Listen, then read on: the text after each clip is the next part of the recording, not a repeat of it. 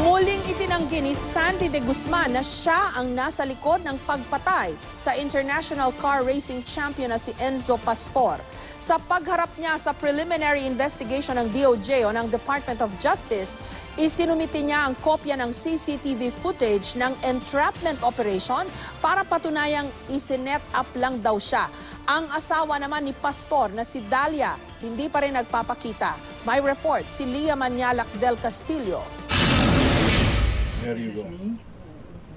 Sa kuha ng CCTV, makikita ang isang lalaking patawid habang pinapayungan ng kanyang tauhan.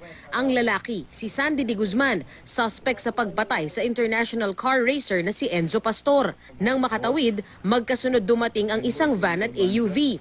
Sakay raw ng AUV si PO2 Edgar Angel, ang sinasabing gunman sa pagpatay kay Pastor, kasama ang mga pulis na aaresto umano kay de Guzman. Maya-maya, bumalik ang mga bumaba mula sa van kasama na si de Guzman. Ito umano ang CCTV ng entrapment operations ng QCPD kay de Guzman na kanyang isinumite sa preliminary investigation ng DOJ kanina. Ayon sa QCPD, sa nasabing entrapment operation na huli sa akto si de Guzman na binabayaran ng 50,000 pesos na bonus si Angel para umano sa pagpaslang sa racer champ. Pinasinungalingan ito ni de Guzman.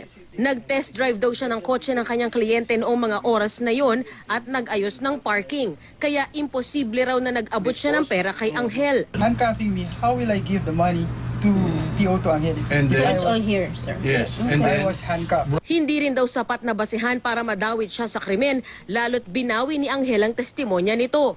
Hindi naman sinagot ni de Guzman ang alegasyong may relasyon sila ng asawa ni Pastor na si Dalia. You did not deny the illicit affair dun sa affidavit.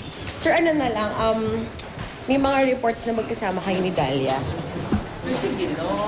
Pero sa kanyang affidavit, iginiit niyang hindi raw basihan ng di umano'y illicit affair para sabihing nagkuntsabahan sila ni Dalia para patayin si Pastor.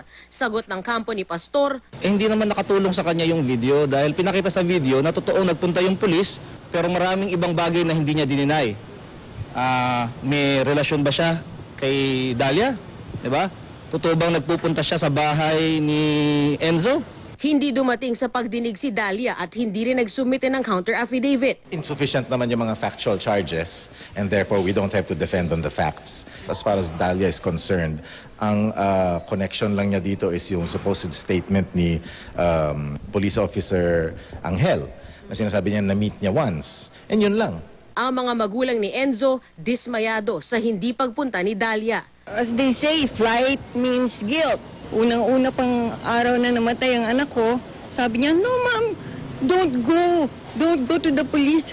It's just a random shooting. Please. So, halata mo na. Sa November 10 ang susunod na pagdinig sa kaso. Lia Manialac del Castillo, GMA News.